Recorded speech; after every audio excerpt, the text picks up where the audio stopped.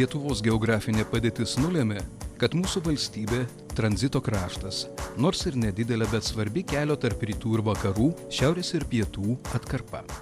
Geležinkelis strategiškai ir ekonomiškai svarbi transporto rūšis. Todėl neatsitiktinai galingesni kaimynai įžengę į mūsų valstybės teritoriją stengiasi pritaikyti Lietuvos geležinkelius savo poreikiams. 1858-aisiais carinės Rusijos valdžia pradėjo tiesti Sankt Peterburgo Varšuvos geležinkelio atkarpą Taugpilis-Vilnius-Kaunas-Kybartai. O 1862 m. kovo 15 d. buvo atidarytas traukinių eismas iš Peterburgo į Vilnių. Taip prasidėjo Lietuvos geležinkelių istorija. Atkūrus Lietuvos nepriklausomybę, strateginiu atgimusios valstybės tikslu tapo integracija su vakarais. Nauji uždaviniai iškilo ir Lietuvos geležinkeliams. Europinio geležinkelio tiesimo Baltijos šalyse idėja kilo 9-ojo praėjusio amžiaus dešimtmečio pradžioje. 1993 sausio 12 d. Lietuvos Respublikos vyriausybės nutarimu buvo įsteigta Lietuvos Europinio standarto geležinkelio direkcija. 1997-aisiais Helsinkyje vykusios trečiosios visos Europos transporto ministrų konferencijos metu prioritetinio Europos masto transporto koridoriumi buvo pripažintas šiaurės pietų krypties koridorius numeris 1. O 2004 balandžio 29-ąją Europos parlamentas ir Europos taryba savo sprendimais patvirtino prioritetinių transporto projektų sąrašą, į kurį įtrauktas ir Lenkijos, Lietuvos, Latvijos bei Estijos geležinkelio projektas Rail Baltica. Tad kokia projekto Rail Baltica reikšmė Lietuvos valstybei ir jos piliečiams? Tai iš tikrųjų yra strategiškai svarbus Lietuvai, ne tik Lietuvai, visam Baltijos regionui projektas, sujungiantis iš tikrųjų posovietinę erdvę siaurąją geležinkelio vėžę su Europa, su vakarų Europa. Jeigu mes labai daug kalbam apie tai būtinybę energetiniškai integruotis į Europos Sąjungą, tai kalbant apie transportą, iš tikrųjų vienintelė šiandieną jungtis, tai yra sausumos keliai. Ir šis projektas iš tikrųjų leistų sukurti alternatyvų kelią, tai yra geležinkelio kelią sujungianti Lenkiją, o per Lenkiją ir visą likusią vakarų Europą su Baltijos šalim, Lietuva, Latvija, Estija. Tam, kad didelio masto infrastruktūriniai projektai būtų įgyvendinti, reikalingos nemažos lėšos. Ar mūsų valstybė pajėgi savarankiškai įgyvendinti tokios apimties projektą? Pačiai Lietuvai, kaip nedideliai valstybei, tai būtų nepakeliama našta, kadangi tokie projektai tikrai kainuoja pakankamai didelius pinigus. Ir šitoje vietoje mes be ES sanglaudos fondų, be ES TNT fondų tikrai nepajėgtume vieni patys tokios apimties projektą įgyvendinti. Todėl šis projektas yra įtrauktas į ES prioritetinių transporto projektų sąrašą, o tai reiškia, kad garantuojamas yra ir dalinis finansavimas iš ES bendrojo biudžeto. Pafantazuokime, kaip pasikeis Lietuva, kai projektas Rail Baltica bus įgyvendintas. Šis projektas tikrai duotų didelį postūmį verslui. Ir galima būtų pasakyti, kad atvedus Europinę vėžę iki Kauno nuo Lietuvos-Lenkijos sienos, taip pat sutvarkius Lenkijos pusėje infrastruktūrą esamų geležinkelio, mes turėtumėm unikalią situaciją, kada vienoje šalyje, tai yra mūsų šalyje, prie Kauno susikirstų siauroji ir plačioji geležinkelio vėžė. Ir tai reiškia, kad mes tenai galėtumėm pasiūlyti investitoriams labai iš tikrųjų patrauklias sąlygas investuoti į logistikos centrus, statant sandėlius, terminalus, perkraunant krovinius judančius iš rytų į vakarus arba iš pietų į šiaurę. Ir jau mes dabar jaučiam didelį susidomėjimą iš Kinijos, Kazachstano, Pietų Korėjos, kurie iš tikrųjų laukia, kada bus šis projektas įgyvendintas ir tokiu būdu jie čia galės ateiti, kuriant logistikos verslą. 2007 Liepos mėnesį Lietuva, Latvija ir Estija parengė ir suderino Rail Baltica įgyvendinimo veiksmų grafikus. 2009 metais įkurta Rail Baltica projekto direkcija, kurios paskirtis įgyvendinti projektą remiantis Lietuvos vyriausybės priimtais nutarimais. 2010 balandžio 7 dieną Lietuvos Respublikos vyriausybė pripažino projektą Rail Baltica valstybei svarbiu ekonominiu projektu. O jau 2011 Liepos 29 dieną buvo baigti darbai įrengiant pirmąjį Rail Baltica ruožą Šeštokai-Mockava. Sugretintos europinė ir rusiškoji geležinkelio vėžės, rekonstruoti 3 tiltai. 2011 m. spalio 11 dieną Lietuvos Respublikos Seimas Rail Baltica pripažino ypatingos valstybinės svarbos projektu.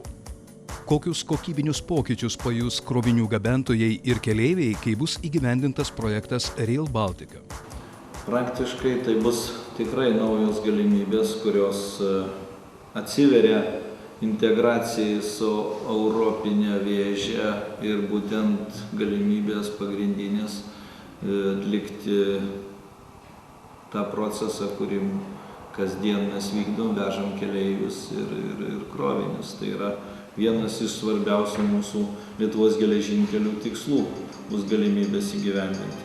Labai dėkinga situacija taip pat susiklosto šios vėžės atvedimo iki Kauno. Ta sankirta su Via Baltica taip pat, su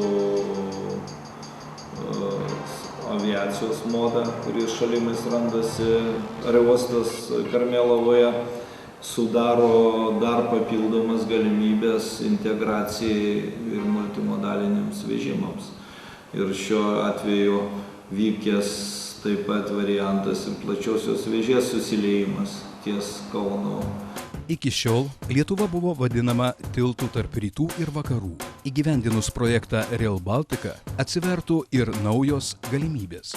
Praktiškai atsiranda tikrai stipri tokia galimybė alternatyvinė išvystant šitą kryptį, nes tai šiaurinė dalis, kuri šiuo metu, galima skaityti, mažai išvystoma, ir pietinė dalis transporto srityje, apart automobilių transporto, kuris labai sėkmingai šią kryptim važiuoja, atsiranda galimybė, sakykime, geležinkelio transportui didžiąją dalį krovinių pervežti būtent tarp šiaurės ir pietų arba pietų ir šiaurės. Kai kurie mūsų šalies piliečiai būgštauja, kad pradėjus eksploatuoti naująją geležinkelio trasą, greitieji traukiniai kels didelį triukšmą, padidės aplinkos tarša.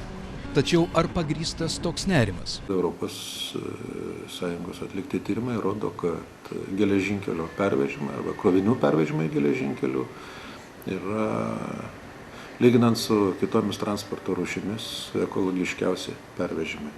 Tiek triukšmo atžvilgių, tiek taršos atžvilgių. Lokomotyvas gali atremti sąstatą, kuris, sakykime, pagal Europos Sąjungos standartus sudaro maždaug apie 50-52 vagonus, tai galime įsivaizduoti maždaug automobilių vilkstinę 50 automobilių. Vienas lokomotyvas tempia tokią vilkstinę vagoną arba priekabą.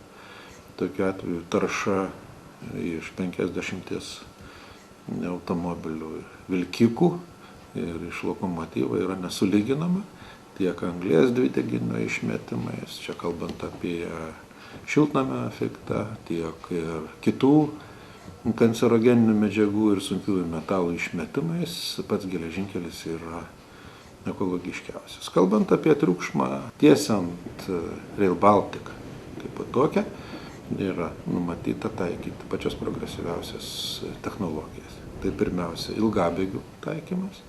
Jeigu šiandien sandūros yra kas 25, kas 50 metrų, tai numatyta yra tiesti ilguosius bėgius, kurių ilgis maždaug apie 800 metrų, o tai reiškia sandūrų tiek kartų, kiek 800 daugiau negu 50, tiek kartų mažiau sandūrų bus, tiek kartų ir mažesnis triukšmas, nes pats triukšmas didysis važiuojant tiek lokomotyvai, tiek vagonai susidaro būtent ratams mušant į sandūras. Tai viena vertus. Kita vertus taikomas taip pat tarpinės specialios po bėgiais, kad jos vėlgi taip pat švelnintų smūgius ir mažintų triukšmą. Ir vis dėlto skeptikai nuogąstauja, kad ekonominė projekto nauda kelia abejonių. Pasak jų, neaišku, kur formuosis krovinių srautai. Tvirtinama, kad europinė vėžė bus statoma tik iki Kauno, o už jo liks rusiško standarto vėžė ir krovinius vis viena reikės perkrauti. Kiek pagrįsti tokie teiginiai? Didžiulis pasiekimas Lietuvai yra tai, kad dabar pradedama formuoti pagal naująją viziją Europos transporto tinklo, naujas koridorius, kuris vaizdžiai įvardyjamas yra dokumentas Adriatika Baltija. Tai nuo Adrijos jūros einantis koridorius ir krovinių srautai palei Baltijos jūrą.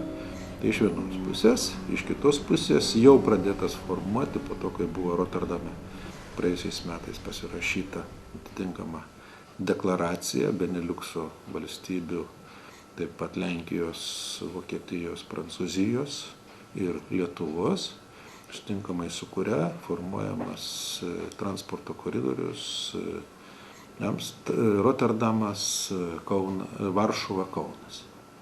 Tai, kas dabar yra daroma, Rail Baltikos dalis, jinai pagal Europos komisijos naują koncepciją aptarnaujanti jungiamoji infrastruktūra pagrindiniam koridoriui tampa, tai iš vienos pusės, iš kitos pusės. Mes tampame stambiausių būsimųjų koridorių jungtimi. Nutiesus europinio standarto geležinkelį lygiagrečiai rusiško standarto geležinkeliui, susidarys sąlygos vystyti logistikos grandinę, sukuriant galingą bazę krovinių komplektavimui, perrūšiavimui ir perkrovimui. Šiuo metu Mockavoje privati įmonė planuoja statyti intermodalinį terminalą. Šeštokose terminalas jau veikia, vykdomi jo pajėgumų didinimo darbai. Pradėtas projektuoti birių medžiagų terminalas. Marijampolėje šalia geležinkelio planuojama vystyti laisvąją ekonominę zoną. Kaune projektuojamas ir bus statomas viešasis logistikos centras. Išplėtota infrastruktūra reikalinga ne tik Lietuvai, bet ir Latvijai bei Estijai, nes jos tokios dar neturi. Taip atsiras galimybė sujungti du koridorius – Rail Baltica ir East West.